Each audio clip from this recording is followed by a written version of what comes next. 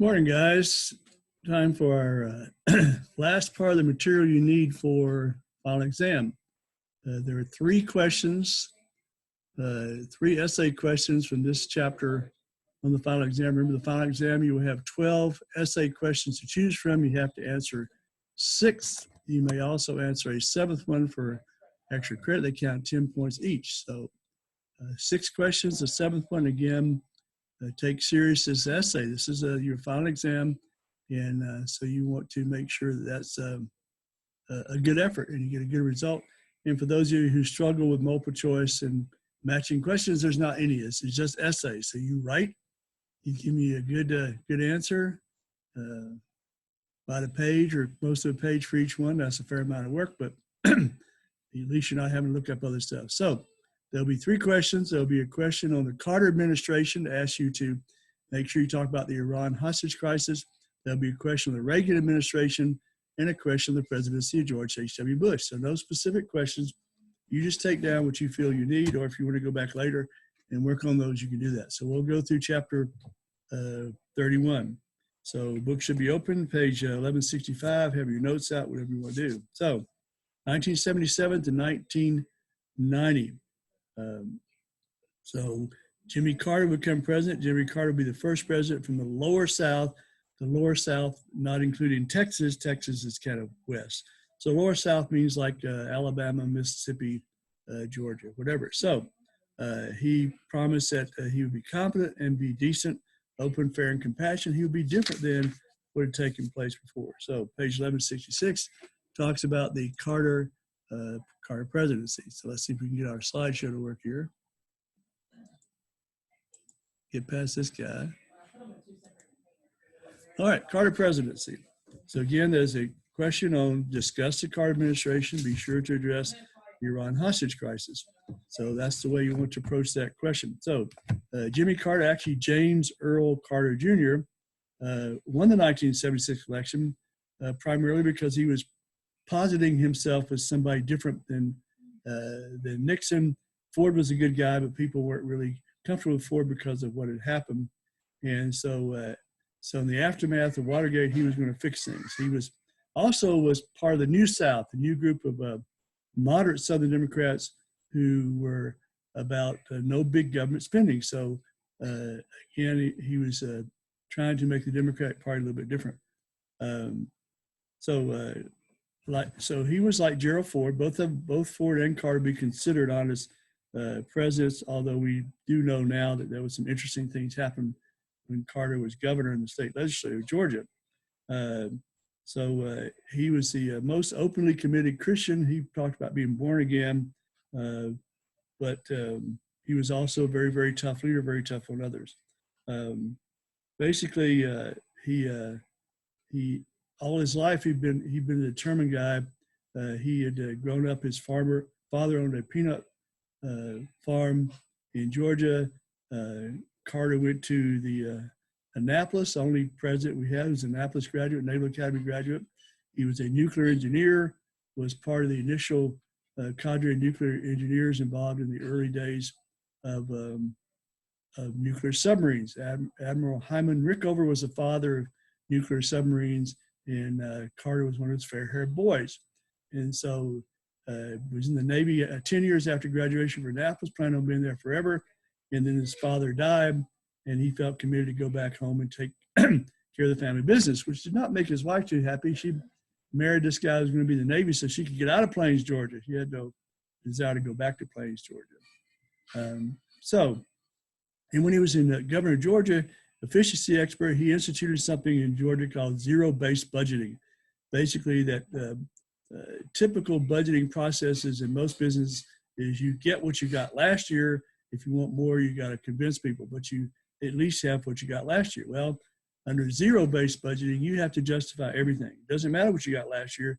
You got to justify why you need the money this year. So he wanted to be an aggressive president, and he wanted to eliminate waste and provide expert management, which is what he tried to do as governor. In the first 2 years, he was fairly successful. He did one of his campaign promises was offering amnesty to lots of draft dodgers, and he did that. But didn't last all that long. More than most presidents, his book says he faced lots of issues beyond his control, including, remember, he inherited a global energy crisis and ongoing inflation.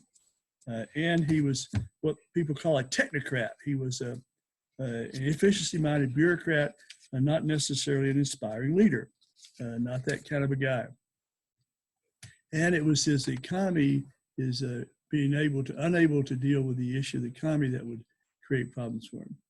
What was more challenging, of course, was the global energy crisis. Since the Arab embargo, oil embargo in 1973, that had doubled the price of imported oil, and our dependence as a country on foreign oil had grown from 35% to 50% of the amount that we needed.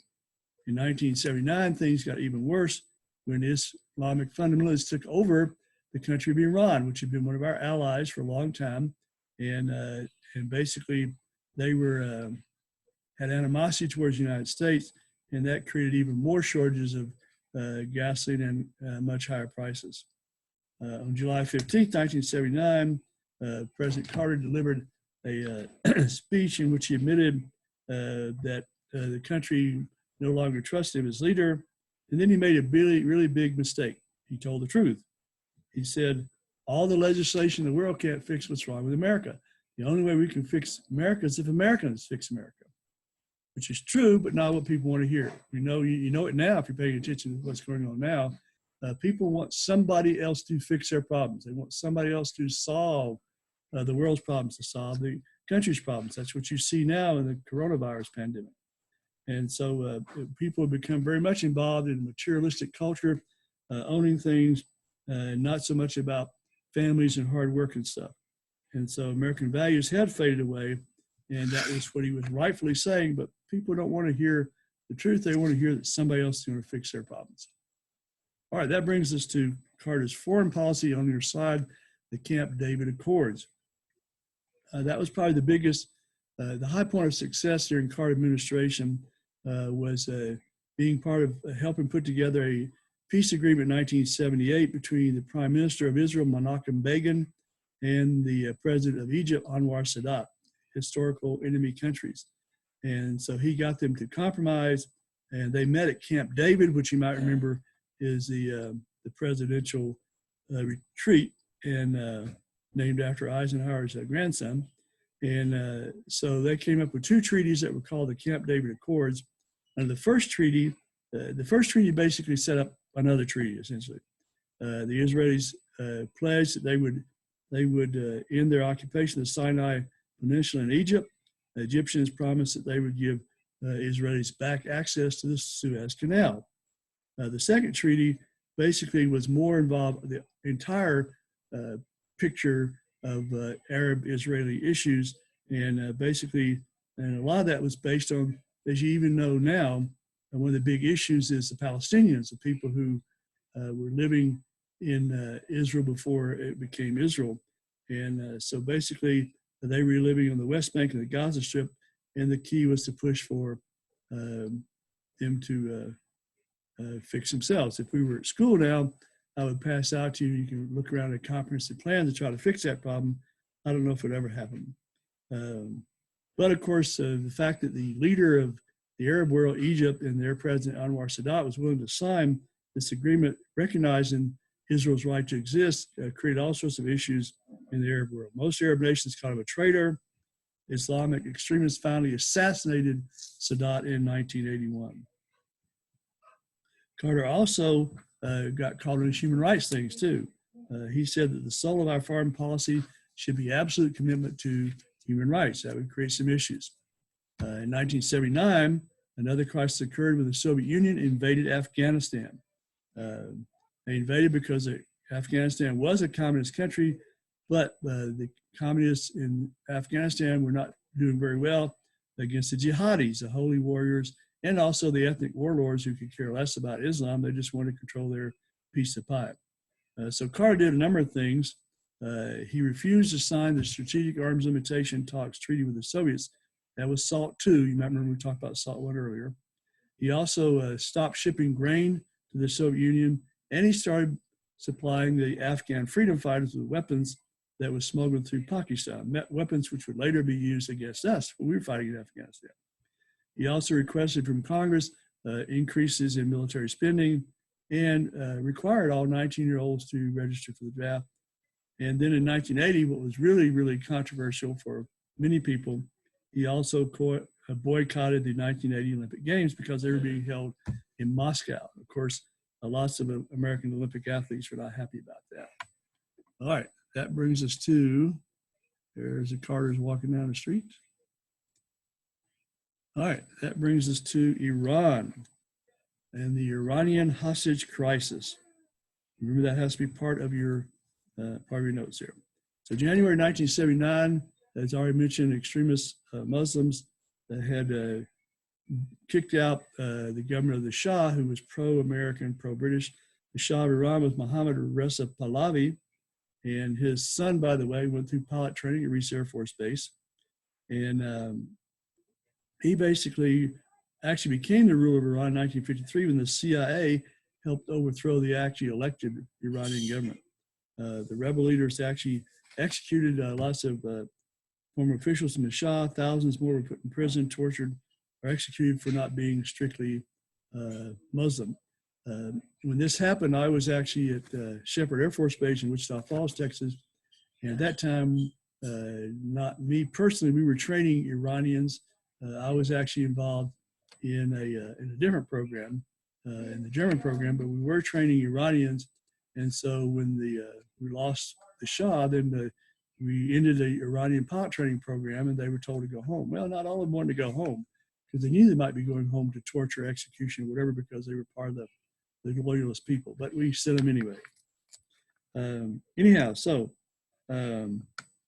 basically in October, it's still in 1979, we also allowed the Shah. The Shah was actually suffering from cancer, so we allowed the Shah to come to the United States to be treated at an American hospital, which sounds reasonable humanitarian decision, but the Iranian revolutionaries consider this more evil work from the great Satan.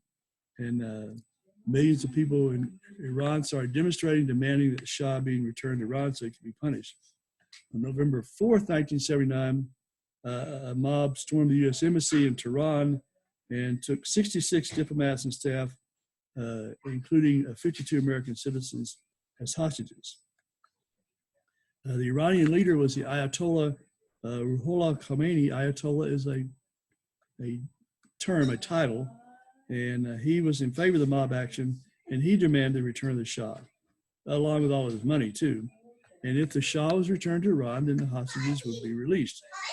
Of course, some Americans, including lots of congressmen, wanted a military response. Carter wasn't sure he could do that. He wanted to keep the hostages alive, and so he went to the United Nations to try to get the United Nations to do something, and Khomeini, of course, ignored that.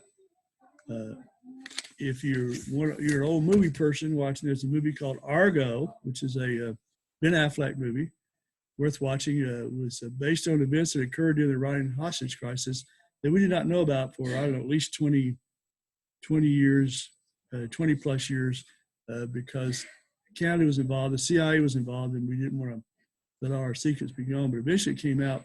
Apparently some people had escaped from the American embassy to the Canadian embassy. And what happens in the movie Argo is CIA sets up a fake movie production team, the supposedly Hollywood team with real Hollywood connections, that's going to make a movie, a science fiction movie in Iran. And they used that ruse as a way of, and along the cooperation of the Canadian ambassador and the Canadian government, was able to get those who were in the Canadian embassy back to Canada, but it was a secret for, again, decades, because they wanted to protect the protect Canada for one thing, Iran not realizing Canada was involved, and also to protect the some of the trade secrets of the CIA. But that's a good movie worth watching. I think it's R-rated, unfortunately, but you can bleep stuff out. Anyway, so basically back to the crisis. So the crisis goes on, oil prices get worse, and so Carter finally agreed to a rescue attempt. U.S. commandos using Air Force C-130 and helicopters on April 24th, 1980. Cyrus Vance, who was the Secretary of State, protested, and when Carter proceeded, he resigned.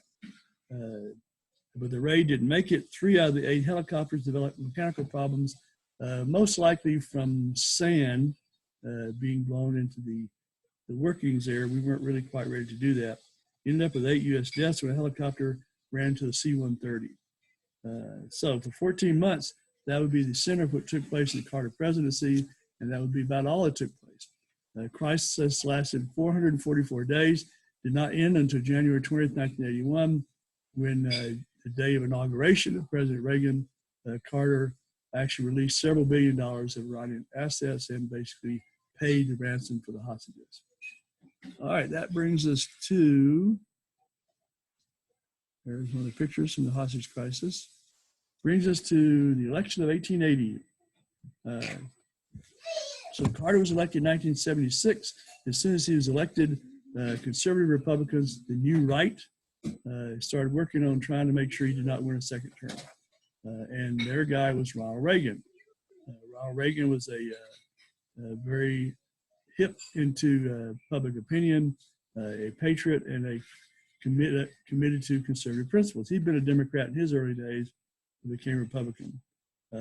He was an actor. Okay? He actually started off as a radio commentator in Illinois, went to California and became an actor, a great movie B actor, eventually a television personality, was the master of ceremonies for several shows.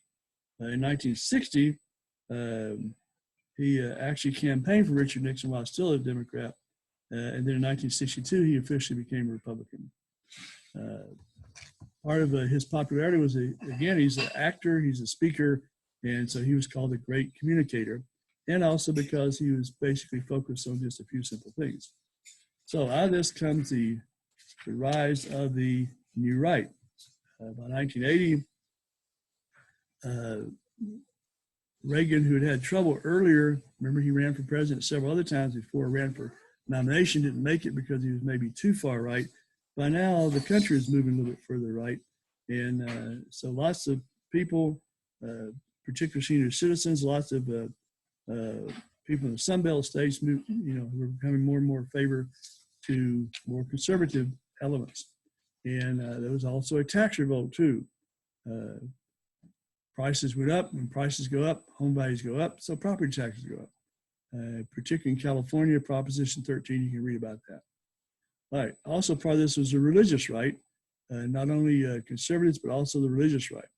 Religious conservatives wanted to see a faith-based political agenda, and so they were a big grassroots movement in this part of the time. In 1971, Jerry Falwell from Liberty University founded a group he called the Moral Majority, and later called Liberty Alliance. And they were going to be actively involved in campaigning for the presidency. And they had a couple major goals. One, of course, is they wanted small government. Economy need to operate free market system, no government involvement. So therefore, it didn't need to be as big. Supreme Court decision of Roe v. Wade in 1973 that legalized abortion, they wanted that reversed. They wanted Darwinian evolution out of the school textbooks, replaced by creation. They wanted prayer back in the public schools. Of course, prayer is always in public schools. It's exam day, right? Okay. And women submitted to their husbands, and communism as a form of pagan totalitarianism. So Ronald Reagan was their big hero, and which is interesting because you have lots of arguments today about whether he was a Christian or not. He really wasn't a church attender, and no real religious affiliations. President Carter was famous as a born-again Southern Baptist Sunday school teacher, but he lost the support of the religious right because he wasn't willing to ban abortions or restore prayer. So, election 1980 basically was a big-time win. Reagan got 489 electoral votes to Carter's 49. Carter only got 6 states. And there's a map on page 1177, probably slide pretty quickly here. Popular vote was 44 million, 51%. Nowhere close to 60%, but still pretty solid. Okay, and there's a picture of the election map. Same thing in your book on page 1177. You can see got Georgia, his home state, and Minnesota, I think that's where his vice president was from. Hawaii, West Virginia, Maryland, DC, Rhode Island, not too much there. All right, the Reagan Revolution, page 1176.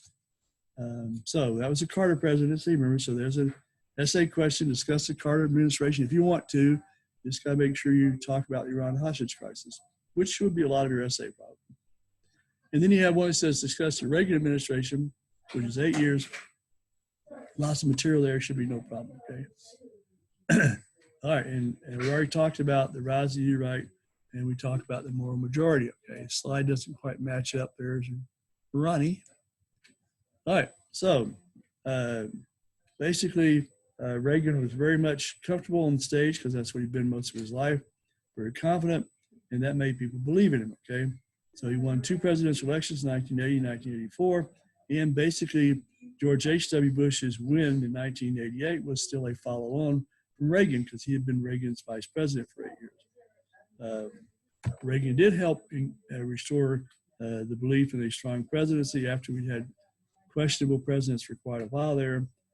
Primarily 3 main reasons why he succeeded. First, he didn't have a wide-ranging program. He focused on just a few priorities, basically inflation, cutting back on lowering inflation, lowering tax rates, and reducing federal government.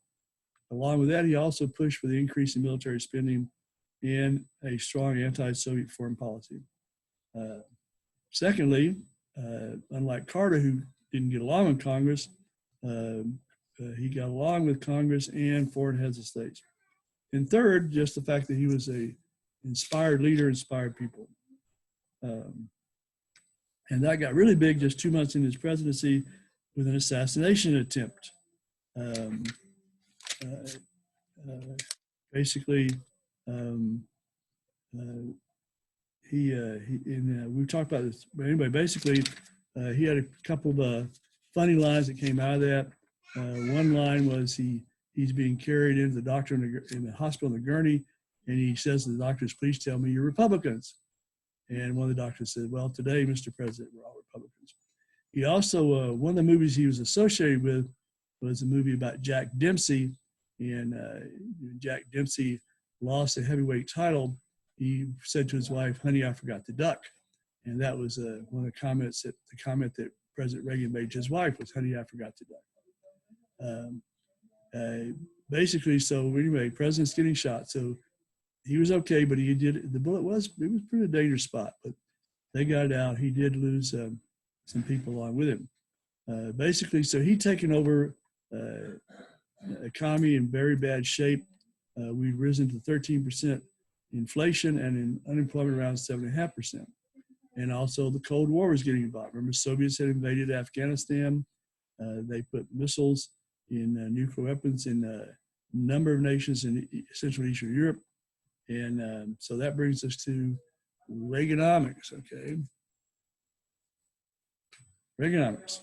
So on August 1st, 1981, President signed what was called the Economic Recovery Tax Act, which basically cut personal income taxes by about 25%. That makes most people happy.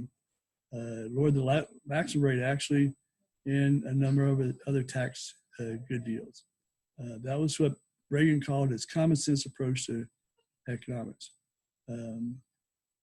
Basically, technically, it's called supply side economics, but his opponents called it Reaganomics or voodoo economics. Supply side, as opposed to Adam Smith, the Wealth of Nations, is called demand side, which is a different approach. So supply side, basically you cut tax rates, especially the wealthy. The idea, you cut tax rates, so then they're going to spend money and they're going to have more businesses and produce more consumer goods. That's the supply side. So the idea was the spending, helping out the businesses with then what's called trickle down to the masses. That was called trickle down economics too. So Reaganomics, trickle down economics, supply side economics, voodoo economics are all terms related. So also budgets were an issue too. So basically what they wanted to do was cut budget spending, particularly Social Security and Medicare, which obviously irritated a lot of people. Of course, what he did do budget cuts, but they weren't able to balance the budget in 4 years, partially because we were spending a lot more money on military spending at the same time. Over the next 5 years, the administration would spend $1.2 trillion on military expenses. Doesn't sound so much today, but it was at that time.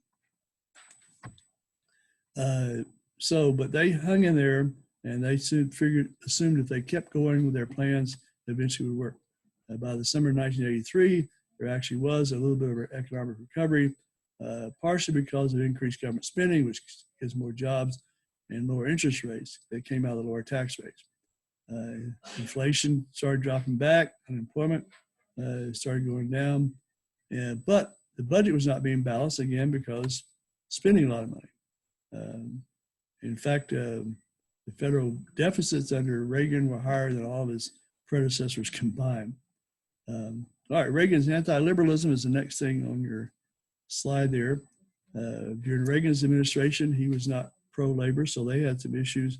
In fact, in 1981, he fired all the members of the Professional Air Traffic Controllers Organization because they had conducted an illegal strike to shut down air travel. Obviously, you need air controllers. You can do a lot of flying if there's no clouds without controllers, but you need the controllers. And basically, because that's a safety issue, they were not allowed to strike, but they did anyway. And so they, in fact, when I was a flight simulator instructor at Reese Air Force Base, a number of our guys who worked for us, who ran the simulators, who did the air traffic control stuff, were former members of PATCO, former air traffic controllers who never got their jobs back. The fact that he restored a union also created problems for the American Federation of Labor and the Congress of Industrial Organizations, who traditionally support Democratic candidates. Reagan also named the first woman to the Supreme Court. Sandra Day O'Connor was the first woman to the Supreme Court, who was a conservative, not a liberal. All the women now are liberals in the Supreme Court. That brings us to the election in 1984. So by 1983, things are looking better economically wise. Stock market's doing well, and the supply side economics seem to be working, except for the deficit, which is again because of spending. So by 1984, reporters started using the term the Reagan Revolution. In the 1984 election, the Democratic nominee was Walter Mondale, who had been Jimmy Carter's vice president. And so he had trouble doing that. He did try to jump with some votes. He chose as his running mate Geraldine Ferraro, a New York congresswoman who was basically the first woman candidate on a major presidential ticket. And then she had some problems with things that her husband had done in the past. Basically, in the end, Reagan got 59% of the popular vote, lost only Minnesota, which is Mondale's home state, and the District of Columbia, which is always Democratic. All right, that brings us to Reagan's second term. So Reagan wins, big time win, not up to 60%, but pretty close. He calls for a second American Revolution of hope and opportunity. Congress finally passes the Tax Reform Act in 1986. That cut down the number of federal tax brackets from 14 to 2 and reduced the maximum amount that people paid, the lowest percentage since Calvin Coolidge had been president in the 20s.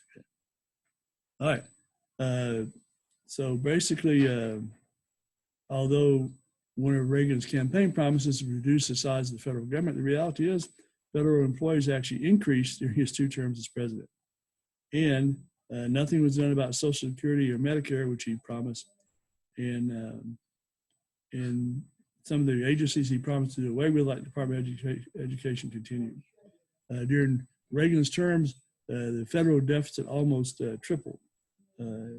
He also didn't do everything he promised the religious right either, did not reinstitute daily prayer in public schools, did not create a ban on abortion, but he did try to change the federal court system. He appointed 368 mostly conservative judges, actually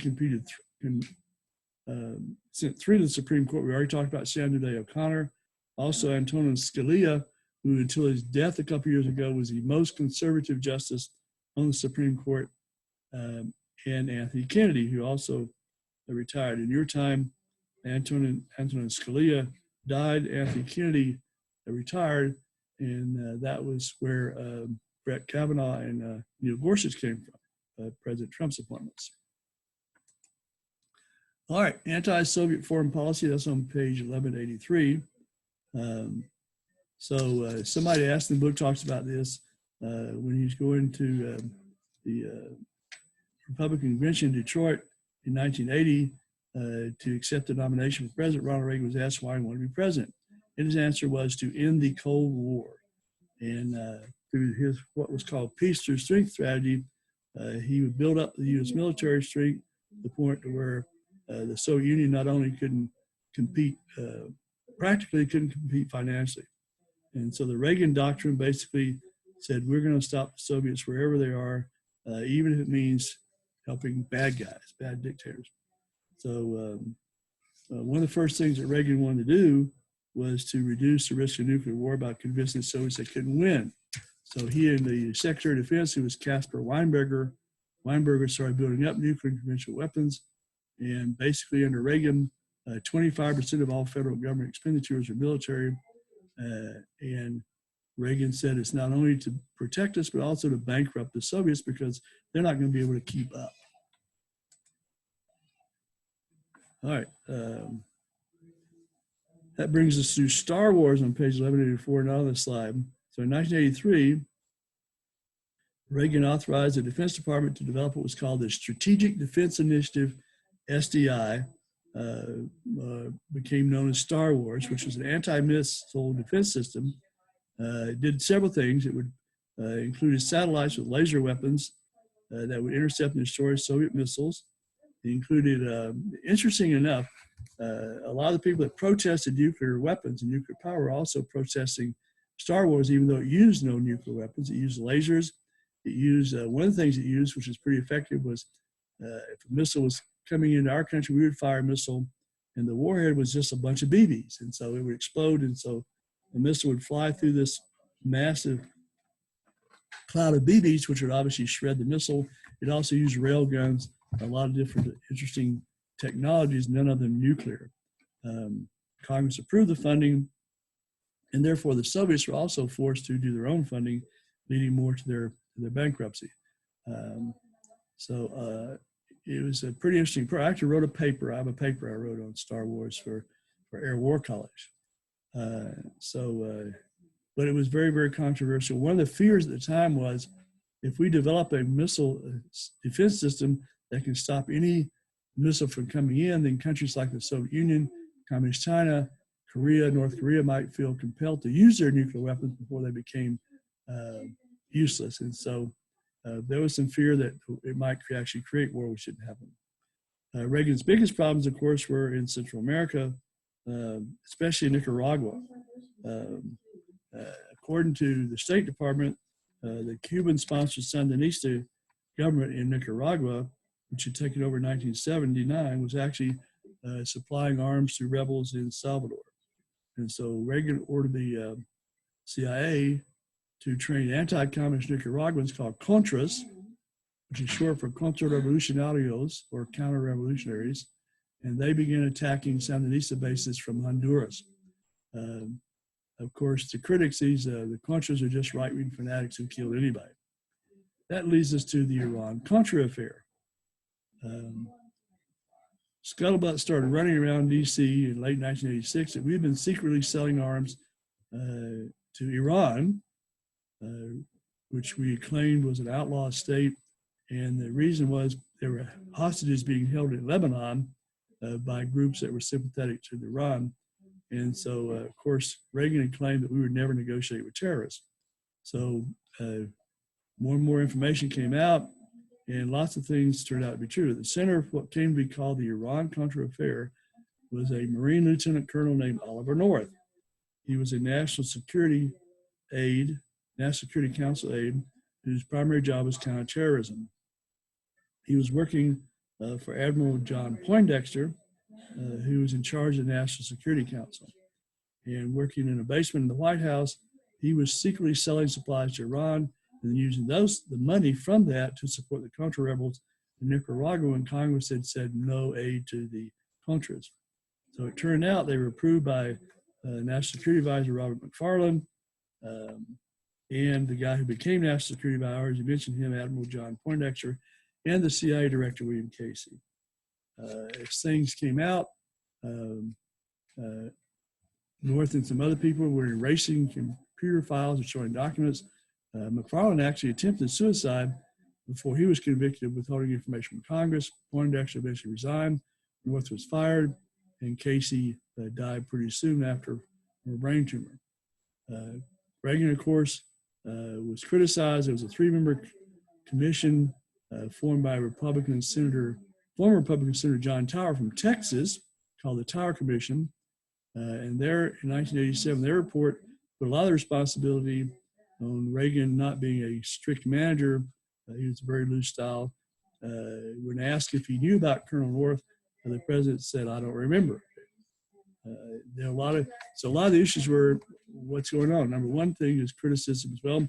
Reagan knows, and he's in charge of all this stuff. Number two is he doesn't know. So really, is he incompetent because he can't pay attention to people working for him? Well, the number three criticism was he was becoming a victim of Alzheimer's, and maybe he didn't have the memory for stuff. So lots of criticism. Eventually, there would be 6 indictments in 1988. The only John Poindexter got a jail sentence, 6 months for obstruction to justice lying to Congress. Others, like Colonel North, were basically eventually pardoned. So the biggest achievement during Reagan's second term was another arms reduction agreement with the Soviet government. Mikhail Gorbachev, with the picture here on page 1167, came to power in 1985, a younger guy, and he pushed the idea of détente, trying to reduce military spending. He knew his country was in trouble financially, and military spending was a big part of the problem, so he wanted to reduce that. So he instituted 2 terms. The first term, these are Russian terms, is perestroika. Perestroika means restructuring. The idea is, okay, the Soviet government is not efficient, not focused right. We need to fix that so we can fix the economy. And also, he pushed for glasnost, or openness, basically saying, okay, we'll need to allow people to talk and have opinions and stuff like that, which created problems. October 1986, Reagan and Gorbachev met in Reykjavik, Iceland, to discuss ways of cutting down the possibility of nuclear war. In 1987, they finally reached agreement. Gorbachev said he was willing to consider reducing nuclear weapons. Reagan and Gorbachev, 9 months of negotiations. December 1987, signed the Intermediate Range Nuclear Forces Treaty, the INF Treaty. And basically, they agreed to eliminate intermediate range missiles. That is, intermediate range is 300 to 3,000 miles. These are the missiles we had stationed in Europe that could reach the Soviet Union. It was very important to Gorbachev and the Soviets because they could only reach us with long-range missiles, and we could reach them with short-range missiles. First time in history that 2 nations had agreed to destroy a whole class of weapons, and the biggest number of cuts in nuclear weapons in history. And then in 1988, the Soviets pulled 115,000 Soviet troops out of Afghanistan.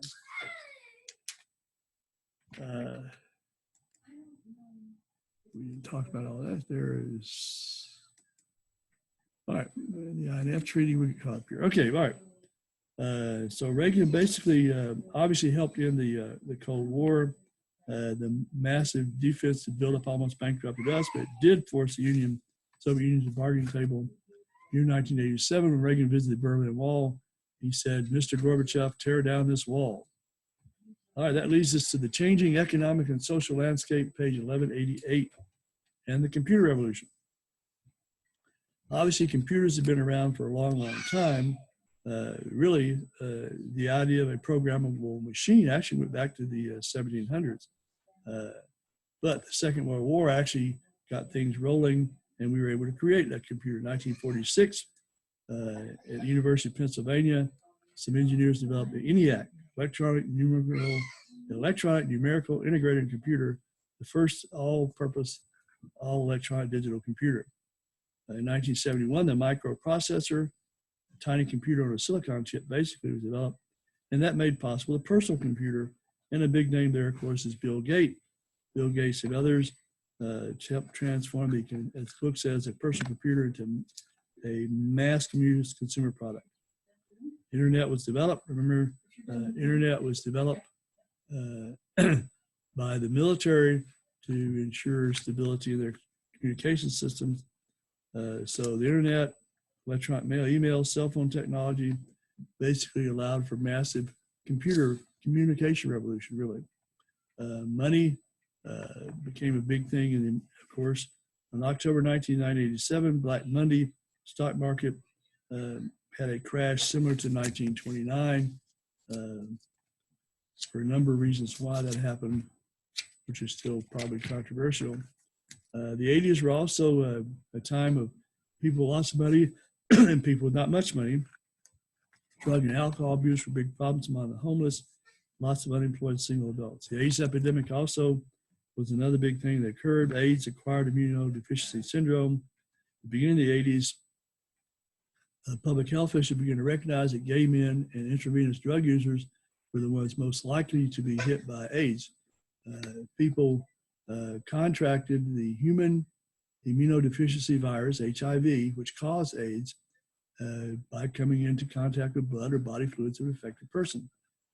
By 2000, AIDS had claimed the lives of almost 300,000 Americans. Nearly 1 million Americans were HIV positive, and it was a leading cause of death among men ages 25 to 44. All right, that brings us to the end of that, and now we start the presidency of George H.W. Bush. Page 1191, and your last essay choice on the final exam, which I think we said was May 6th, I think. We'll talk about that during our Zoom meetings. All right. So George H.W. Bush, George Herbert Walker Bush, had been Reagan's vice president for both terms. And so he won the Republican nomination in 1988. He pledged to be a more hands-on president of Reagan and more compassionate conservatism. He was George H.W. Bush was the son of a senator, George Prescott Bush. At age of 18, he, beginning in World War II, he enlisted and became America's youngest combat pilot. And I think that record still stands. At 19, he was a combat pilot. He was intelligent, had integrity and courage, but he was not the communicator, not the charming, cool guy that Reagan was. He was a centrist or a moderate Republican, not a right-wing conservative, and he promised to help with some of the issues that had been kind of ignored. His most memorable line in his acceptance speech, which would cost him the next election, was "Read my lips, no new taxes."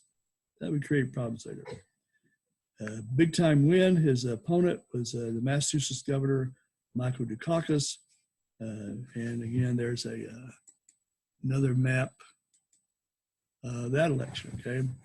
So you can see another big time win there, at least not so much popular vote wise, but certainly electoral college. Basically, his idea was to basically carry on the Reagan programs and not so much start his own stuff.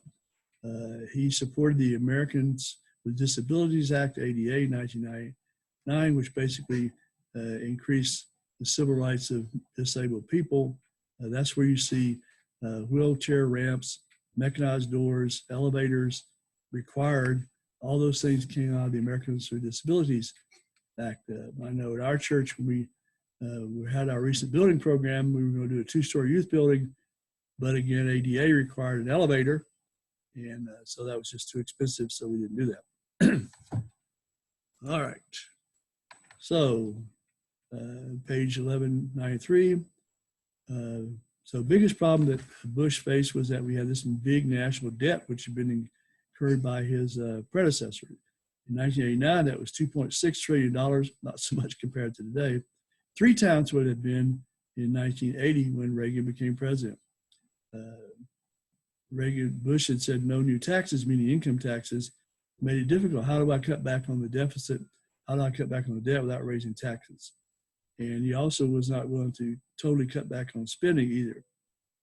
So in 1990, Bush finally agreed that with the Democrats, that the only way we could fix things was with tax revenue increases, which he had said he wasn't going to do. And of course, that would cause him problems. The Soviet Union, of course, things were taking place. We already mentioned the Soviets pulled out troops in 1988 from Afghanistan. In 1989, they totally pulled out. That was their Vietnam. Gorbachev then said publicly that it's not the job of the Soviet Union to intervene in other countries. And so pretty soon then you started seeing revolutions in the country, since he promised the Soviet Union wouldn't do that.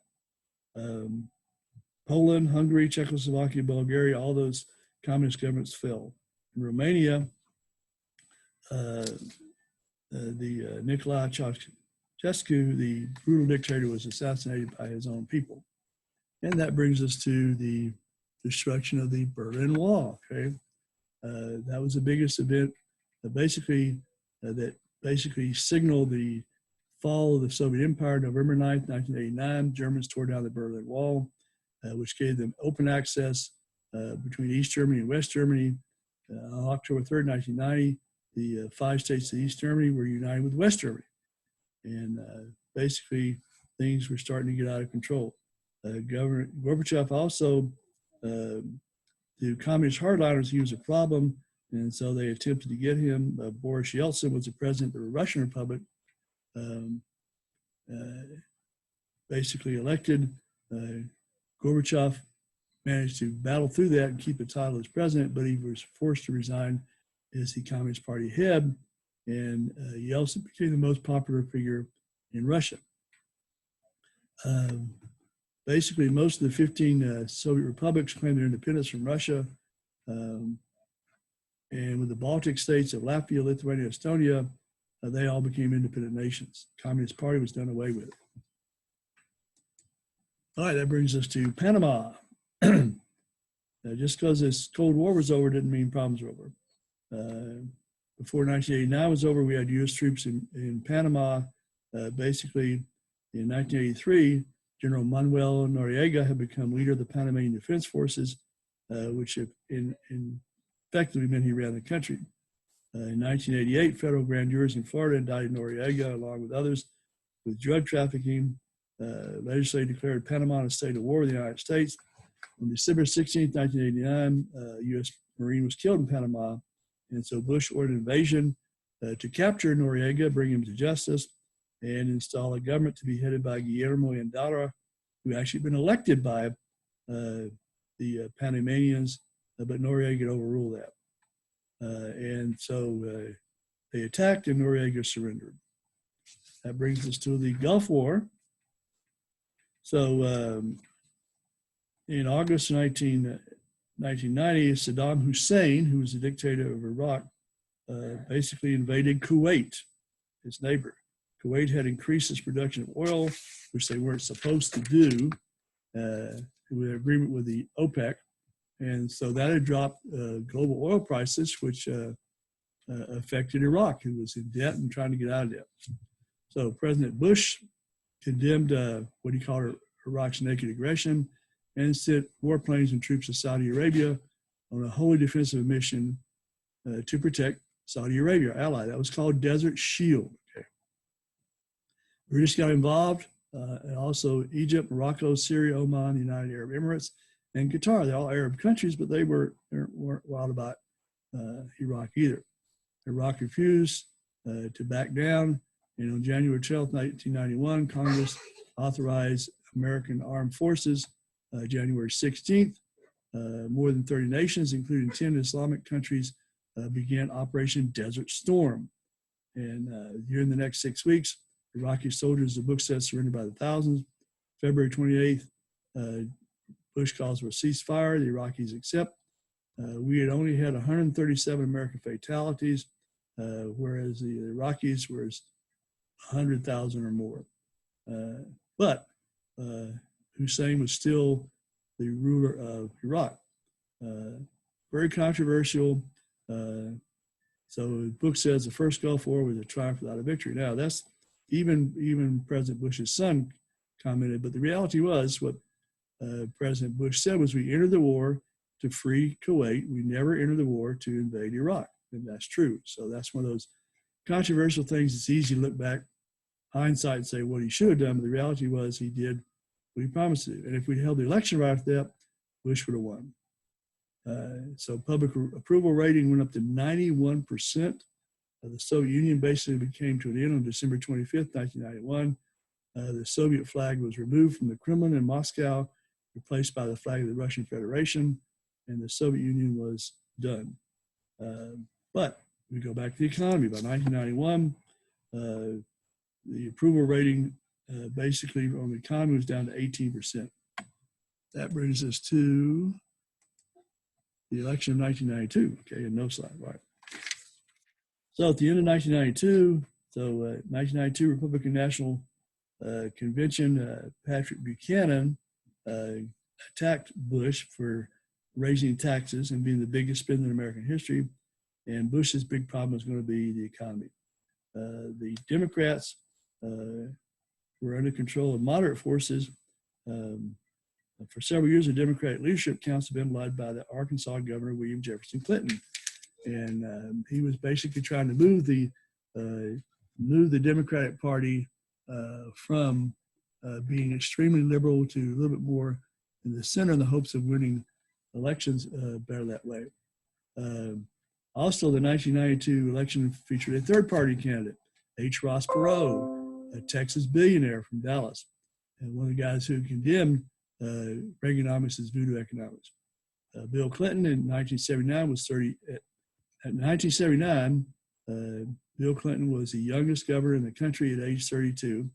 He served more terms as Arkansas governor, became the leader of the New Democrats, who were about going to move into the middle so they could get middle-class whites back to the Democratic Party. Those are the ones who had left the Democratic Party in the 80s, what were called Reagan Democrats or Reagan Republicans.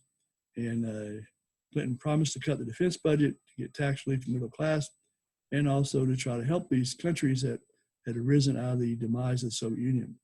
But Clinton has some issues. The book says, the New York Times, that he was emotionally needy, indecisive, and undisciplined. He'd been charged with being an adulterer. He had not been a draft dodger exactly, but he manipulated the reserve officer training program to avoid military service. He was a Democrat. He chose as his running mate Senator Al Gore Jr. of Tennessee, and Gore called himself a raging moderate. He was pretty liberal. Clinton team was all about hammering Bush over his tax promises and the economy. So Clinton won 370 electoral votes, almost 43% of the vote. Remember, there were three candidates, 43%. Perot got 19% of the popular vote, more than any third-party candidate since Theodore Roosevelt in 1912.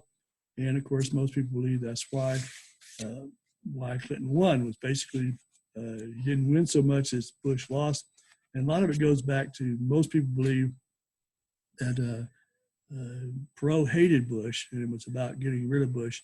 Perot, supposedly the story goes, had offered some type of a deal, a job or something, anyway, some type of business thing with Bush in the early days, and Bush turned him down, and Perot did not take being turned down easily, and so he resented Bush about that.